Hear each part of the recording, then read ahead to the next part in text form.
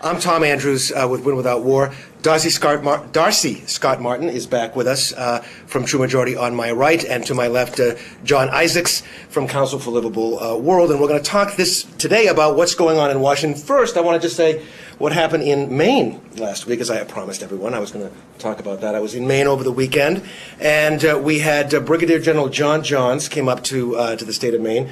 Went to several editorial boards.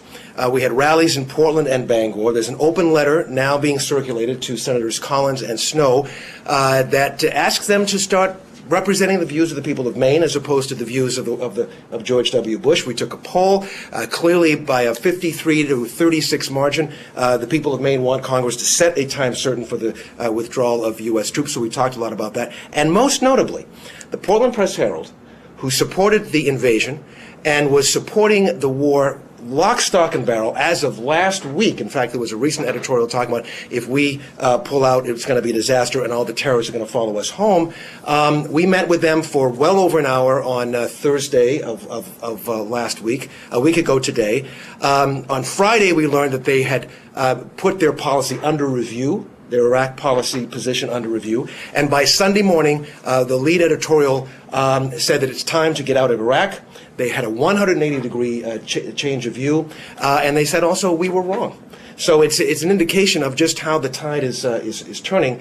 And Maine people are collecting signatures this week, and they're going to complete that process by Saturday. So very interesting and positive things going on around the country. Today in Washington, however, there's negotiations underway on what, because of yesterday's veto and the failure of the House to override the veto on the supplemental appropriations, we're now back to square one. We have to have a new bill that has to be put before the House and the Senate. Negotiations are underway, and in the Washington Post today, the headline, "Democrats Back Down on Iraq Timetable," indicating that the leadership is abandoning that requirement that there be a time certain for the withdrawal of troops, as well as benchmarks for the performance of the Maliki government. So what's going on? What does it mean? When are we likely to see some kind of compromise? And are the Democrats going to try to pass a bill that eliminates completely the timeline? And if they do, will progressive anti-war Democrats go along? Darcy. No, I don't think progressive anti-war Democrats will go along, but the strategy behind this involves the fact that benchmarks are more amenable to a certain number of Republicans who feel like it would be a pretty easy vote for them to say that they support the commander-in-chief, they support what has been done in the past, but clearly we need to have some leverage with the Iraq government, and then therefore be able to talk about benchmarks, and it gives them a safe vote to take that will pacify some of their constituents back home. And the gamble pretty much is that there'll be enough Republicans who will want to do that to counterbalance the amount of Democrats they'll lose. They will obviously not get the ones that they didn't get last time, but that was a pretty small number. How many more they won't get, I think time will tell. And all comments I've seen have not really gotten this bill fully done to the president again till Memorial Day. So we're going to see a month of. So is the theory that if you have then benchmarks with no time frame, you'll be able to get enough Republicans? So even if you do lose progressive anti-war Democrats, you still get to pass the bill. Right. John, what's your view of all this? First of all, just to explain benchmarks, these are measurements of the progress of the Iraqi government in terms of getting itself together, unification of the government, getting the security forces trained and ready to fight.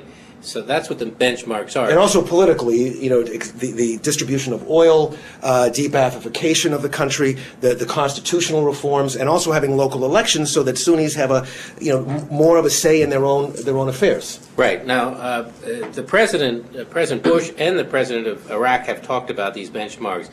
The question is whether these benchmarks, these measurements for Iraqi progress, have penalties. In other words, if the Iraqi government doesn't live up to these so-called benchmarks, whether aid or military support gets cut back. But there are other prospects for the supplemental appropriations bill. My hope is that the language in the earlier bill that said no permanent basis does remain. I'm hopeful that there might even be something about ending the authorization to use force from 2002. I mean, there are other provisions that could be in there. But I think to the larger point, progressives by and large are now going to point to the defense authorization bill, the annual bill that funds the Pentagon. That bill has started moving. The first markups in the subcommittee writing the bill yesterday and the day before. The full committee will deal with the bill next week, and the full House will deal with that probably around mid-May. At that point, we expect new votes on Iraq, and we think progressives will have an opportunity to offer a measure to end the war within 6 months. So you have now two tracks. You've got the supplemental that is now under negotiation. We're looking at probably something that has some kind of benchmarks for the Iraqi government to perform, but likely not to include timeframes, which would mean they could pull the Republicans on and give the president a bill that he could sign. Many Democrats not going on, but enough Democrats to give the majority that would be required. So that, and what's the time frame of that track? When are we likely to see a bill that will go before the House and the Senate that would reflect this compromise? Any idea? I think, as Darcy said before Memorial Day, sometime over the next few weeks. Okay, the next few weeks. So it's a We'll simultaneous get each track. of those separate votes, right? Exactly. So might there be a vote on the authorization that you're talking about, the whole defense bill, before this compromise goes to the floor? Yes. Yes. That's possible, certainly. It's possible. And I think one of in the the House of leverage. Representatives, I'm sorry, Yeah, in the House, in the not House, the Senate. right. Okay. One of the leverage points in the House in terms of getting Democrats to stay with the leadership to get this supplemental done and off the plate is that they will be able to trade off voting opportunities they'll get on defense authorization. They say, well, we'll let you have your amendment on XYZ if we are able to get your vote on, they now have a real horse trading option, whereas previously there was no other track to take. That supplemental vote was the only vote to have. Now there's going to be lots. Okay, and in terms of the time pressure, the supplemental is just that. It supplements the funding for the war to get us to October the 1st. This authorization bill is for the budget that begins October 1st. So what you're saying, Darcy, is that we'll make compromise on the short-term measure in order to get concessions in the long-term fiscal year 2008, which starts on October 1st, and perhaps there'll be some kind of a package deal that comes out where both of those bills are being reflected in that package deal. If there isn't a compromise with this authorization bill, the whole defense budget, are we going to be right back in the soup? Are we going to have exactly the same kind of tension between progressives on the one hand, the leadership, and then Republicans on the other hand? And might we find ourselves with an authorization bill that also gets vetoed? Absolutely possible. I mean, you've got the majorities in the House and Senate for timetable for getting out of Iraq by about March next year. Whether it's binding or non-binding is not the question. That Congress says yes, we should get out of the war, stop the war, get out. I suspect they'll vote something similar on the defense authorization bill, and yes, absolutely, that could lead to a new veto. Again, there should also be a vote on a measure put forward by progressives to say let's stop the war as soon as we can. Well, and certainly, the supplemental veto was over a certain very conscribed set of funding.